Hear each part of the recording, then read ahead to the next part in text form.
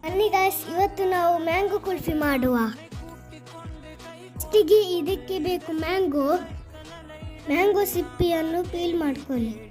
ಇದನ್ನು ಸಣ್ಣದಾಗಿ ಕಟ್ ಮಾಡ್ಕೊಳ್ಳಿ. ಈಗ ಕಟ್ ಮಾಡಿದ ಮ್ಯಾಂಗೋ ಮಿಕ್ಸಿಗೆ ಹಾಕಿ. ಈಗ ಇದಕ್ಕೆ ಹಾಲನ್ನು ಹಾಕಿ. ಹಾಲು ಹಾಕಿದ ನಂತರ ಸಕ್ಕರೆಯನ್ನು ಹಾಕಿ ಚೆನ್ನಾಗಿ ಗ್ರೈಂಡ್ ಮಾಡಿ. ನಾವು ಇದಕ್ಕೆ ಕುಲ್ಫಿ ಮೋಡನ್ನು ತಗೊಂಡಿದ್ದೀವಿ. ಒಂದೆರಡು ಮ್ಯಾಂಗೋ ಪೀಸನ್ನು ಇದಕ್ಕೆ ಹಾಕಿ. ಈಗ ಮ್ಯಾಂಗೋ ಜ್ಯೂಸನ್ನು ಕುಲ್ಫಿ ಮೋಡಿಗೆ ಹಾಕಿ.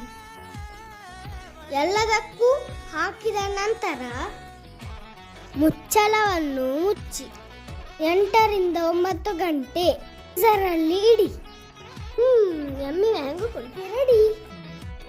ತುಂಬಾ ಚೆನ್ನಾಗಿತ್ತು. ನನ್ನ ಅಮ್ಮ ನನಗೆ ಮಾಡಿಕೊಟ್ರು.